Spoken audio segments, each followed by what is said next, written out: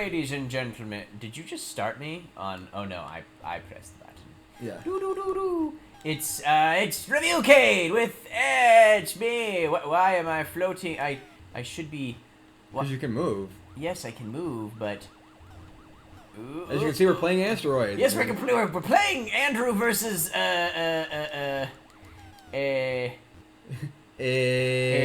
space chicken nuggets. There we go. I mean, pretty much.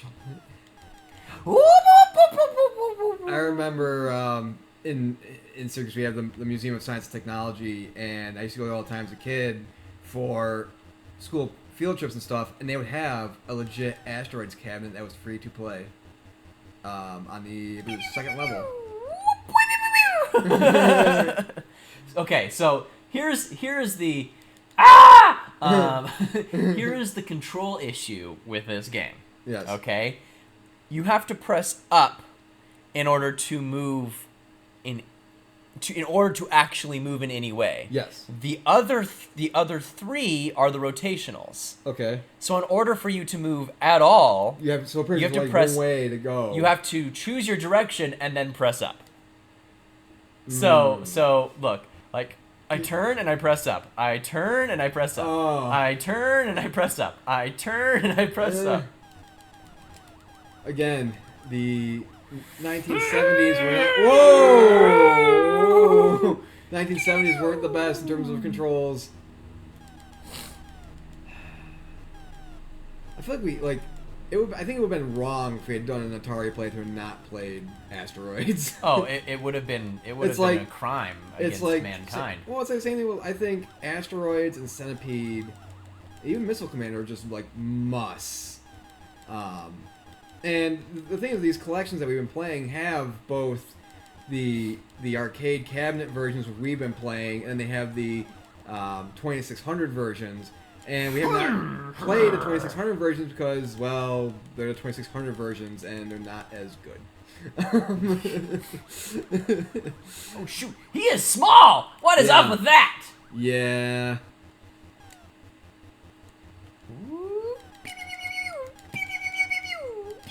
Oh, wow. Wow. Wow. Oh, space duels. God. If you were to go to, if you could visit any planet. Oh!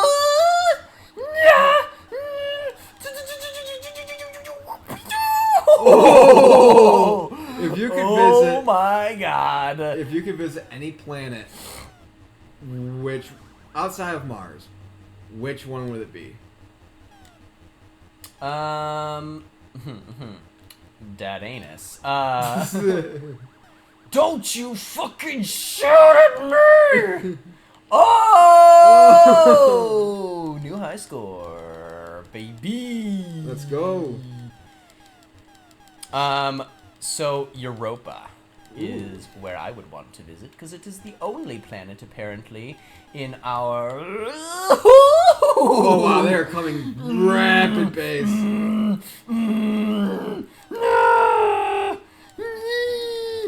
It is the only planet in our solar system that is apparently has, or not planet, it's a moon. It is the only moon in the Jovian orbit, aka it's Jupiter. That's the Jovian orbit because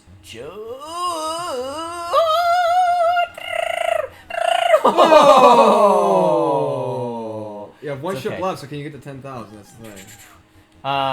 So Europa Jovian orbit. It's the only. It is a moon in the Jovian orbit. Yes. That is. It has water. And both in ice form, and it is believed that it also has it in liquid. Damn it! It also has it in potentially. There's a giant ocean. Yes. Under the ice crust. That is it. Like it has basically the same crust that we have on Earth, but it's made of ice. Ice. When you say ice crust, it's It sounds like a layer of like an ice cream cake. Like under the ice crust, there's like a fudgy center. Damn, dude, that is a fucking high score right there. There you go. Very high score. It is so there is potential because the thickness of the ice crust. Yes. That there is the possibility of life existing under that ice crust because it like protects it as a pseudo atmosphere around the water that not only protects it from the radiation from the sun, but the radiation coming from Jupiter as well. So there is a chance that our most distant relatives or closest buddies are on Europa, but they're like basic microbes and shit, you know. No, I was about to say you want to get that alien ass. Oh yeah. Oh yeah. Ow! Getting that alien booty. I would choose. I don't want to copy and say Europa because that sounds fantastic. Those meteors just took out. For me, it's a tie between. Oh, my ship could not move fast enough. For me, it's a tie between two places. I know one of the places is a freezing cold as hell place, but it's always been a planet that's like, even as a kid just learning about the solar system, it's been intriguing to me. Neptune, and another one being Saturn. You know that on Neptune it actually rains diamonds. Yeah. But the reason for that is because its gravity and its atmosphere combination are apparent, if I'm correct, are so strong, and please feel free to correct me in the comments, all ye science folk, that it would literally crush you to death. Oh shit. So yeah, it's a good place to visit. Not sure you want to stay there for, all too long. Yeah. But yes, Neptune would be bomb. I mean, you could just have basically just diamond farms. You just put out nets and capture. Though apparently, I'm about to say you're kind of moving a little slow. I'm definitely not getting out of that one. No.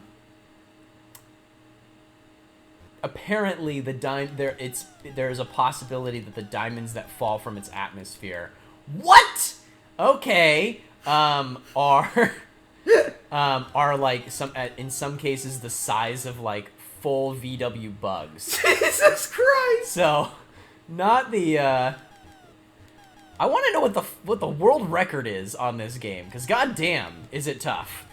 You want to know what the world record is on asteroids? Yes. I'll look it up. And can you imagine, like we have, oh god damn it, we have hailstorms that, like, basically softball size hail. So it is 41,336,440 is the official asteroids high score. I was so close. Look, I was so close. It was set. This is how long this has been going. On November 14th, 1982, by then 15-year-old Scott Safran.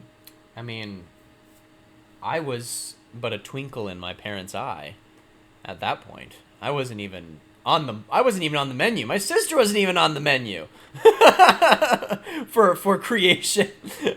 And the asteroid's high score had already been beaten. Well, what I will say as a professional asteroids player, my score of 8,980 is extremely impressive. Now, and I dare anyone to challenge that impressive score. I do want to say that I know I just gave that score, but I just saw an article that said that it actually got beaten by a guy named John McAllister in Portland, Oregon. He basically scored 41,338,740 points. So he's the new record. This took place. When did he break it? It looks like it's 2010. Jesus. 2010.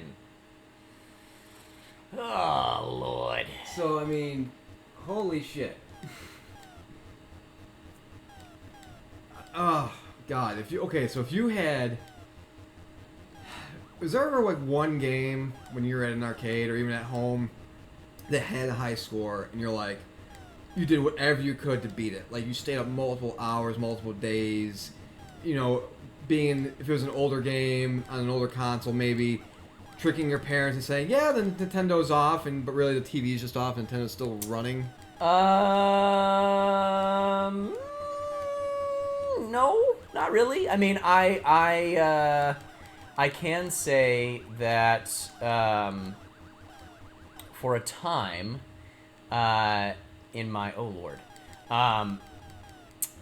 so I play a lot of Destiny 2. For those who are unaware of that monolithic game. Whoa! Ah! Oh! Yeah! Oh, dude, it's so hard to keep where you are. I have put a pebble in the universe. Oh God. Oh my God. Oh, some close calls in this. Oh my Lord.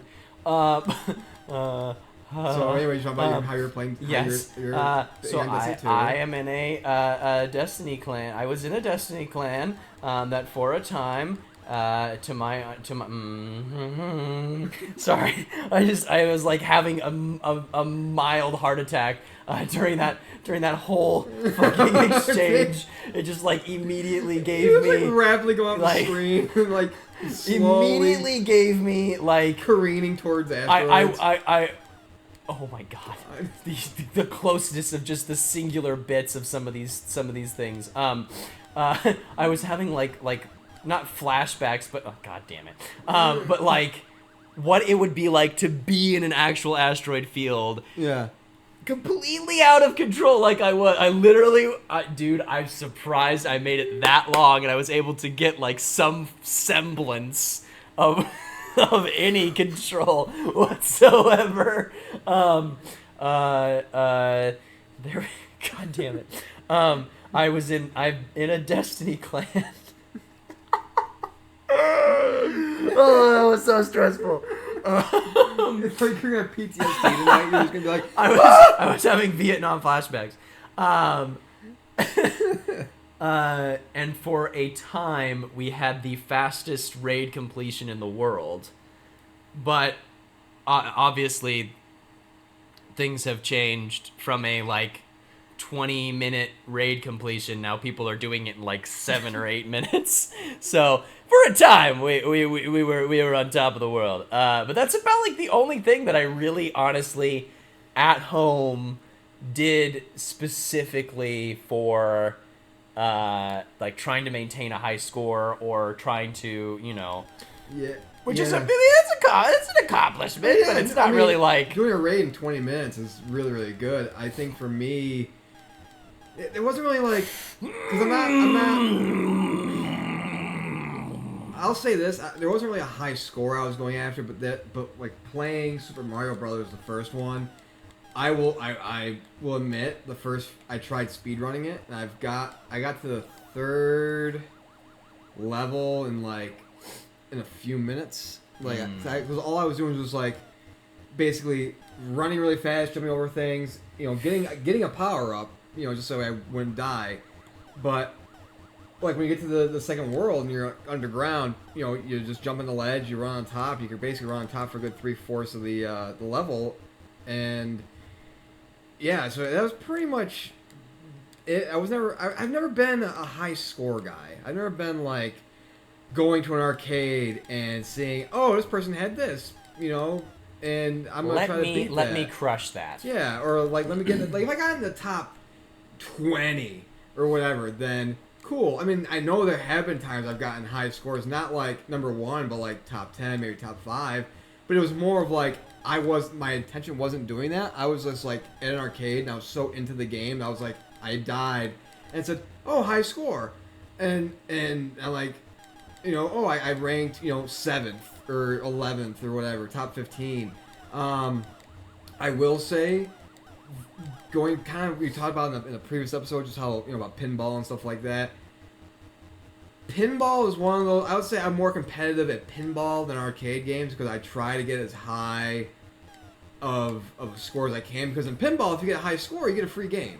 Yeah. So it's like that for me. There's incentive for you to get it rather than just like, hey, bragging rights. Yeah, and it's like, and it's like, oh, my initials, and somebody's gonna go say, oh, who is NRB, and it's like it can't put my full name in there, so it's Nicholas Rakisha Battaglia. Yes, that is exactly my name. Okay. So I'll ask you then a different question. Okay. Greatest personal gaming achievement. Ooh. Okay. Like the most impressive thing you've ever done in a video game. Outside of beating Super Mario 3, which I'll admit I kind of cheated doing that because I played on the PC, so I had save points I could do. My proudest achievement, probably, I'll do one as a kid, I'll do one as an adult, just to make it easier. As a kid, my proudest achievement, there was two, and they were both tied to the same game. Proudest achievement was beating the original Elite Eight in Pokemon Blue. And then also, another crowning achievement of mine was using the cheat in Pokemon to make all your Pokemon level 100. Okay. As an adult, I will have to say my proudest achievement in gaming has to be...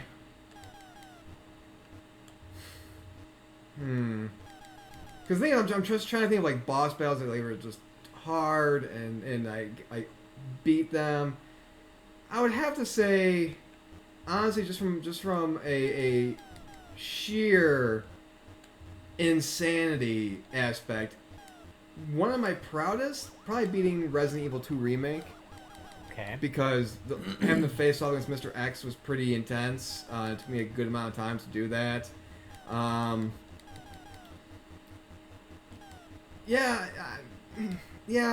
would just say something like that. Because the thing is, like, the thing is, nowadays it's easy to beat games in a sense because you can save, and a lot of games are based on leveling up. So the more you level up, the easier you can just run through people.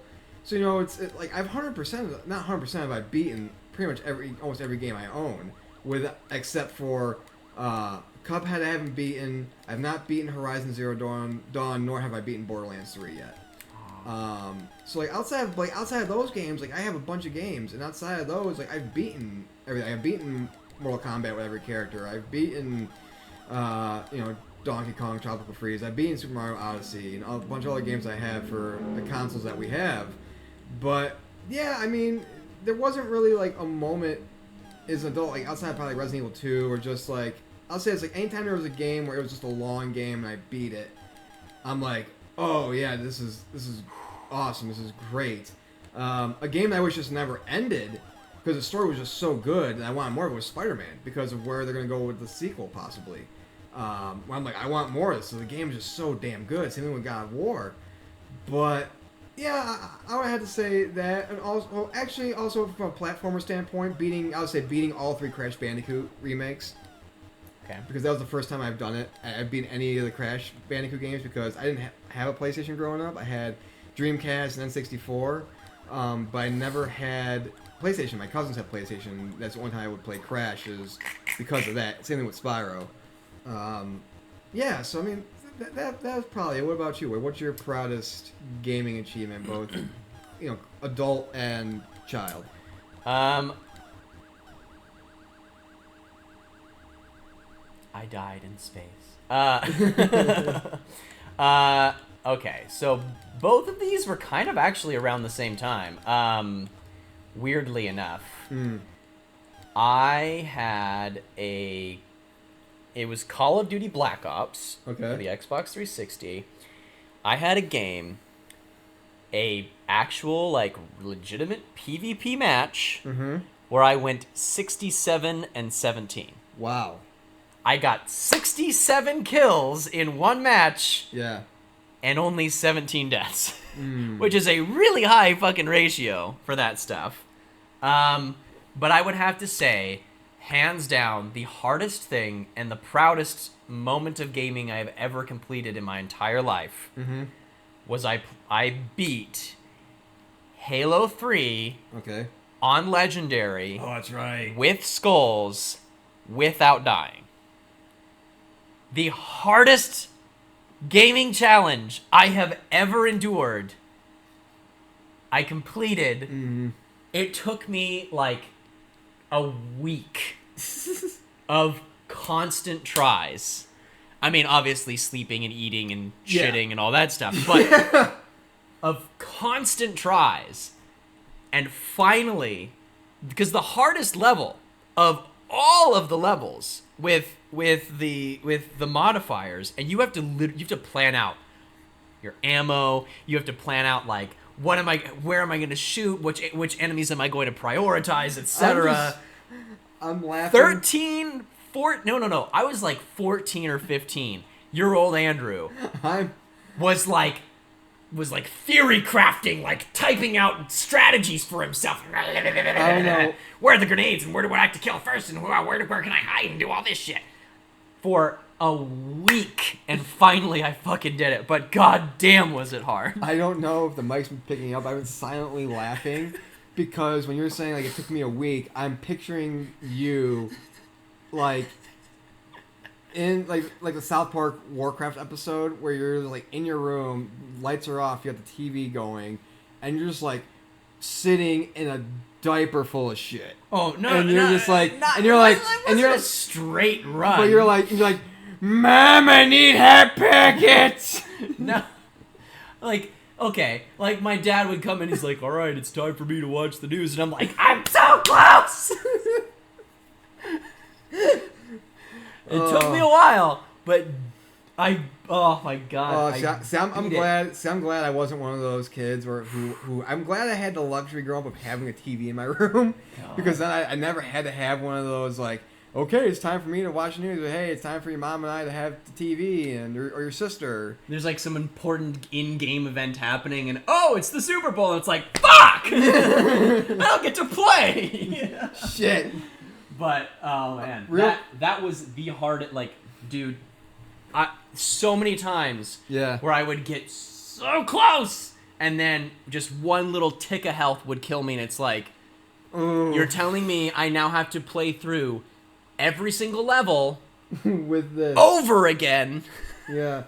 I mean, like, going back to kind of like I'll say this too, like, going back to some of my achievements, going back to the arcade, beating any fighting game in an arcade feels really, really good. Like, beating Tekken 3 and fighting, I think it was Ogre, I believe was the main boss in Tekken 3, or Marvel vs. Capcom 2, beating that, like, being the final boss in that, like, it just had a certain, I beat this fucking game, you know, like, because the game had a means to an end. Like, it had, you know, a certain number of people you fought, and when you beat them, that was the game.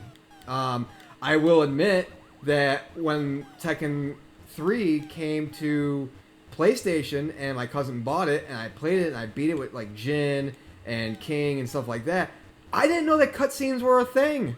So, especially in fighting games. So when you beat the games and there's like cutscenes, and I'm like, oh, these are just fantastic. Like, one of my things I love doing now is I love going on YouTube late at night and just watching old cutscenes from Twisted Metal games. Ooh, Twisted Metal. Like, like when Calypso said he would give me this, and then I decided to, you know, take place in a Twisted Metal tournament, and then the ending was like, Calypso gave me my wish or whatever, and it was to get revenge on so and so, and like, watching them now, they're very simply animated, but like back then, it was like, holy shit! God damn. Oh, Twisted Metal was so fun.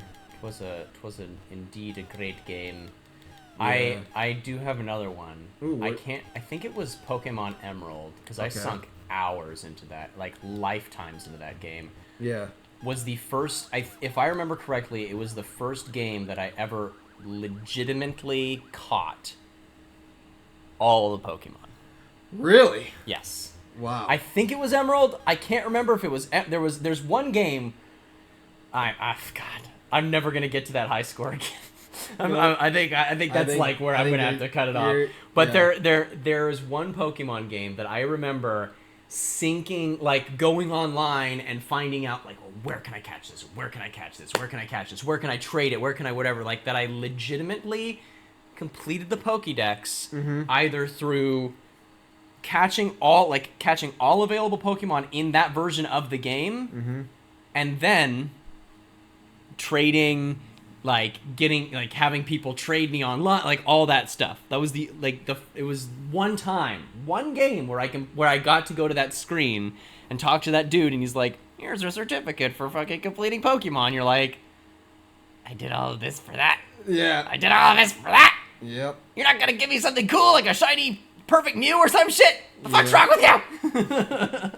Well, speaking of completing games, we have completed our run through our gauntlet of Atari. And so we thank you for watching, and we have decided what we're going to be playing next, and I'll just say right now, we're going to be playing Grim Fandango, which I think this is going to be I think Grim Fandango is the first game neither of us have ever played before. So it's going to be really, really interesting. A bunch of skelly boys talking to each other and solving crime, I think. See you later, everybody. Adios.